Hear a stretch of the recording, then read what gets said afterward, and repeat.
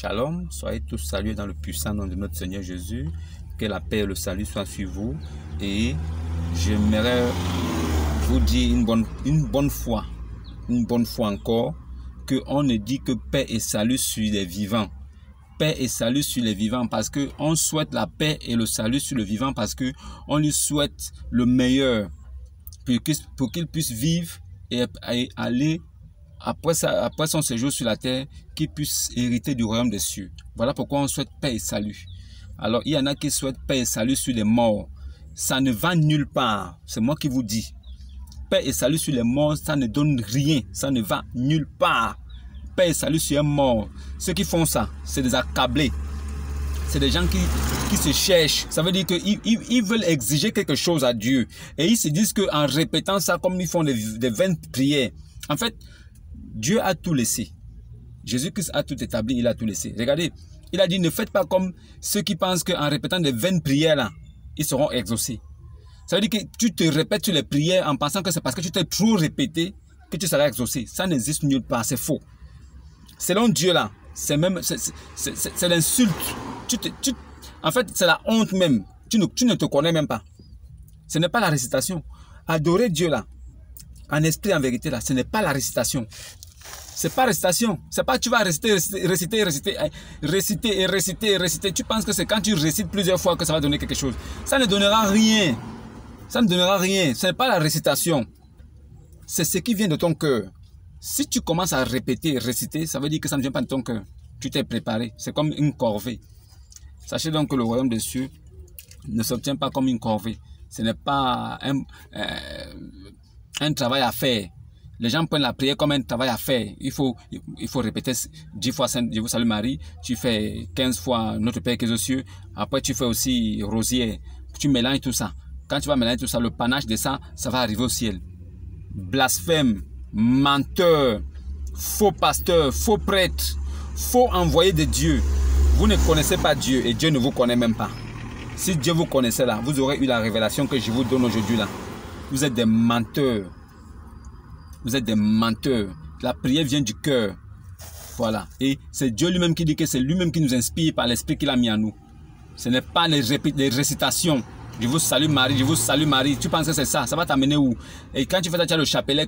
Et pendant que tu fais ça, tu as le chapelet. Musulman aussi, lui aussi, il fait aussi Mohammed avec Allah. Mohammed avec Allah. Mohammed avec Allah. Son Allah qui prie sur le Dieu du soleil levant et du soleil couchant. Mohammed lui-même, il a dit son âme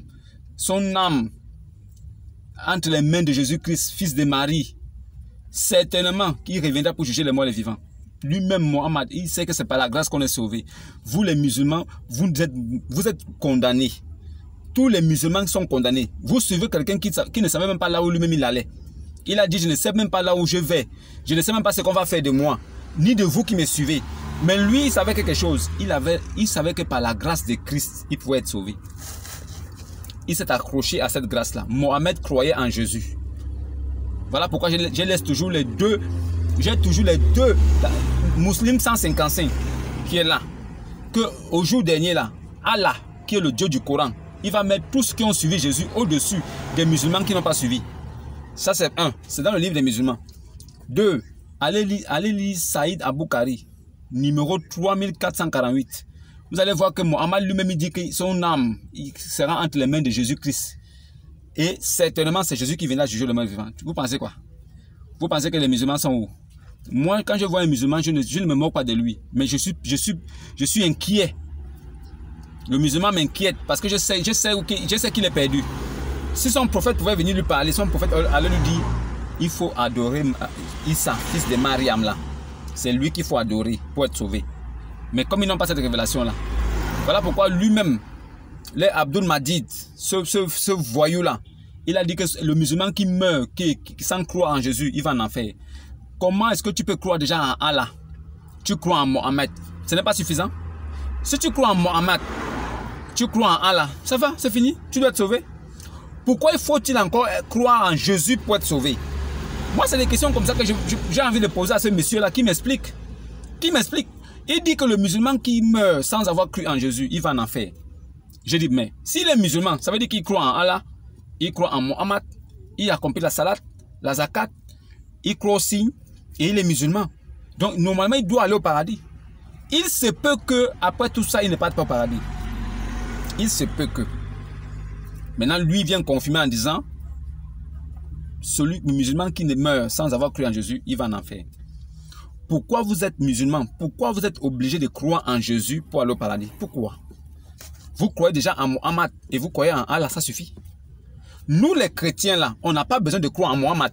On n'a pas besoin de croire en Allah. On croit déjà en Jésus, ça suffit. Le chrétien croit en Jésus et il est sauvé, c'est fini. Mais musulman, il faut croire en Allah. Il faut croire en Mohammed. Il faut croire aussi en Jésus pour être sauvé. Non, c'est trop conditionné. Il y a trop d'exigences. Tu ne peux pas. Ça, des choses comme ça, c'est... Il faut vous réveiller. Musulmans, réveillez-vous. Ça ne fait pas 2 jours. J'ai discuté avec un petit musulman. Donc, on en discutait, on parlait. Je voulais savoir réellement pourquoi est-ce qu'il était musulman. Quelle était la motivation qu'il avait. Alors, je lui ai posé la question à savoir pourquoi il est musulman. Il dit non, depuis qu'il est tout petit, son père l'a inculqué ça. On le frappait, voilà. Ça veut dire qu'on l'a enrôlé dans ça de force. Et aujourd'hui, il est musulman. Et il récite. Je lui ai dit, mais ce que tu récites là, est-ce que tu connais le sens? Il me dit non. Il récite seulement. Donc, il récite des mots arabes. Il fait des récitations arabes dont tu ne connais même pas le sens. Mais il récite ça. Il est déjà tellement habitué que quand tu le vois faire ça, tu as l'impression qu'il sait ce qu'il fait. Donc, la plupart des musulmans là, 90% des musulmans récitent les sourates que vous les voyez faire là, sans comprendre le sens. Mais ils savent que c'est à Allah qui s'adresse. Donc, Allah va comprendre. Le plus important, c'est que Allah comprenne. Lui-même qui récite ça, il ne comprend pas. Mais Allah va comprendre ce qu'il dit. C'est le plus important. Ça là, dans votre tête là, si vous n'êtes pas mangé, vous ne pouvez pas suivre un tel Dieu. Ça veut dire que tu répètes des paroles en arabe. Pourquoi est-ce que les musulmans ne peuvent pas répéter ça en français? Bon, comme tu ne comprends pas l'arabe et que ce que tu dis là, tu ne sauras même pas ce que tu dis. Alors, il est mieux que tu dises, tu parles en français. Récite en langue française. Au moins, toi-même, tu auras l'idée de ce que tu dis et tu auras un aperçu de ce que toi, tu demandes à ton Dieu. À ton Dieu, même pas à ton père. Parce que musulman, là, Allah, c'est un négrier. Allah, c'est le maître des esclaves. Ce n'est pas le père des musulmans. Nous, les chrétiens, notre Dieu, là, c'est notre père. Voilà pourquoi on dit, on hérite avec son fils. Musulman, là, Mohammed n'est pas le fils de Allah. Il n'est même pas l'esprit de Allah. L'esprit de Allah, c'est Jésus. Parce que Allah a insufflé son esprit à Marie pour faire Jésus.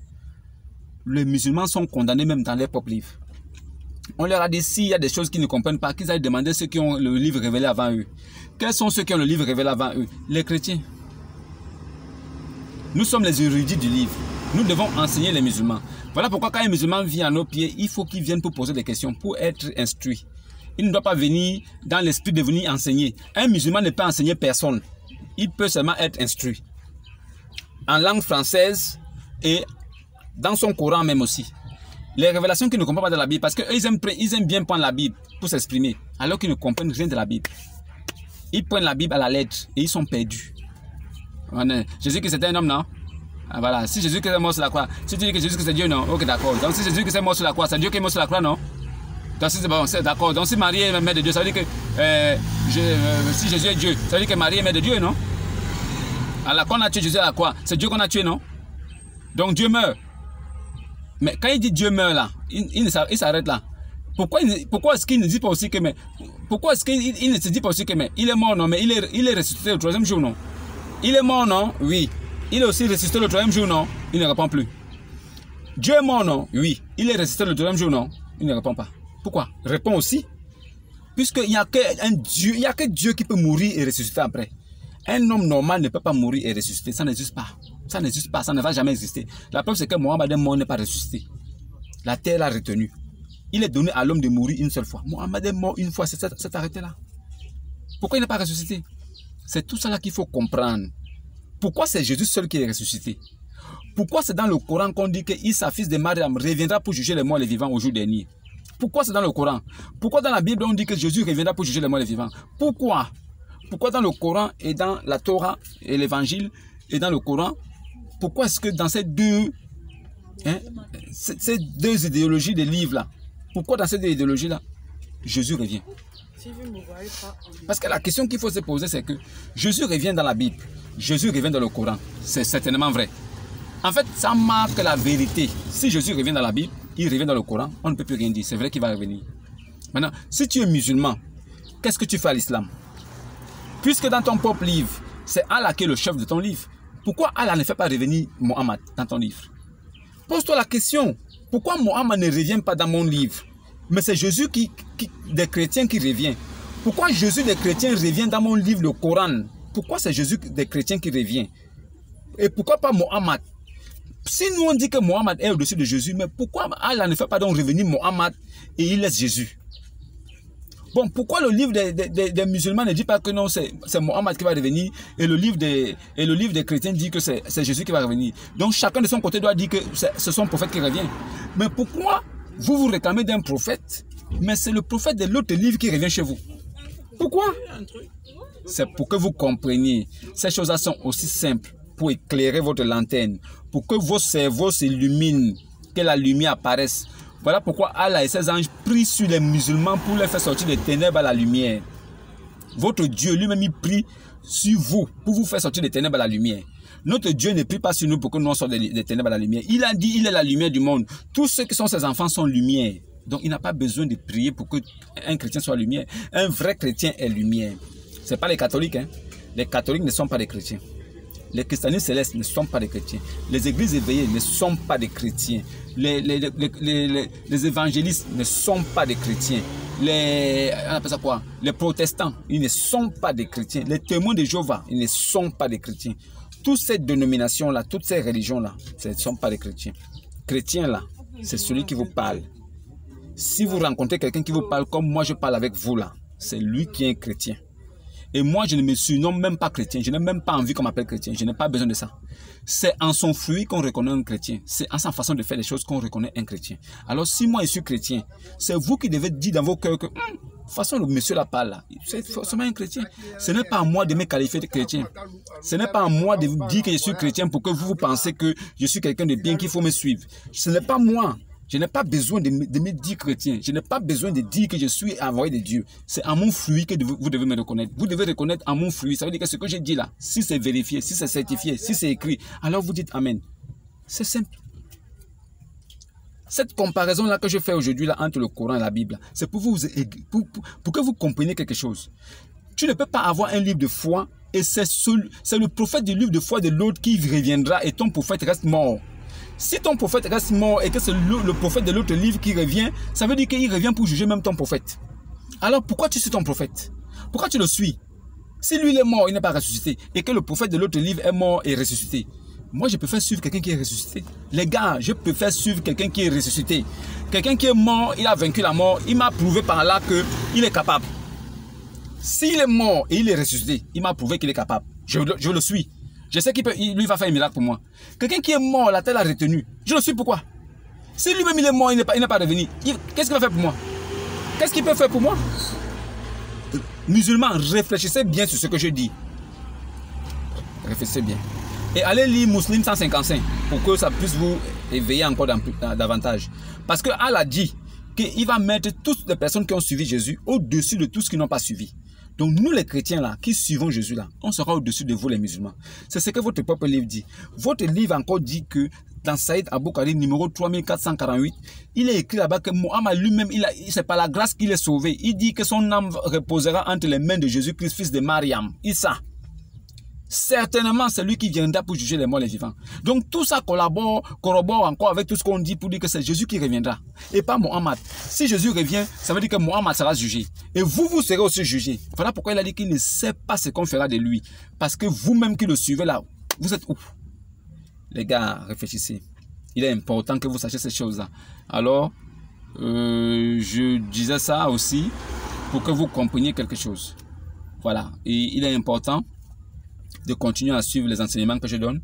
Ça va vous permettre de comprendre beaucoup de choses. J'ai dit ceux qui n'ont pas du temps pour faire la lecture, mais au moins en écoutant ce que je dis et en allant vérifier de temps en temps, vous verrez que je suis dans la vérité. Ce que je vous dis là ne vient pas de moi, mais ça vient de celui qui m'a envoyé. Mon patron, c'est le Seigneur Jésus-Christ. Je travaille pour le Seigneur Jésus-Christ. C'est pour lui que je travaille. Et j'aurai mon salaire par rapport à ça. Je ne suis pas là pour travailler pour un pasteur. Je ne travaille pas pour quelqu'un. Ce qui sort de ma bouche est écrit. Quand je dis quelque chose, si vous voulez avoir des affirmations, vous voulez avoir la confirmation de ce que je dis, je vous sors tranquillement les versets, je dépose devant vous. Le plus important pour moi, c'est que je dise ce qui est écrit pour que vous allez vérifier. C'est comme ça que je fais. Voilà. Voilà pourquoi je n'ai peur de rien et je ne tremble même pas. Je sais qu'il n'y a pas l'homme devant moi. Celui qui se met devant moi, il sera brisé par les Saintes Écritures. C'est les Saintes Écritures qui vont le peser. Et ce sont les Saintes Écritures qui vont juger ceux qui ont écouté la parole de Dieu et ils l'ont rejeté. Celui qui m'écoute, celui qui t'écoute, m'écoute. Celui qui te rejette, me rejette. Ça veut dire que ce que je vous dis là, si vous ne me croyez pas, ce n'est pas mon problème. Vous ne croyez pas sur Jésus. C'est à votre niveau. Ça là, vous allez gérer ça là-bas. Alors ça, c'était un point. Et en quelques minutes, j'aimerais qu'on parle de quelque chose. J'aimerais vous parler d'une chose qui est très importante. Pour que vous compreniez. Est-ce que les gens changent? Est-ce que quelqu'un foncièrement mauvaise, un peu plus jeune, avec de l'âge, avec des années, est-ce qu'elle devient une autre personne? C'est cette vidéo-là que j'aimerais que vous puissiez suivre plus tard. Et n'oubliez pas de vous abonner pour suivre on appelle la révélation cachée sur est-ce que les hommes changent? Est-ce que les hommes peuvent changer?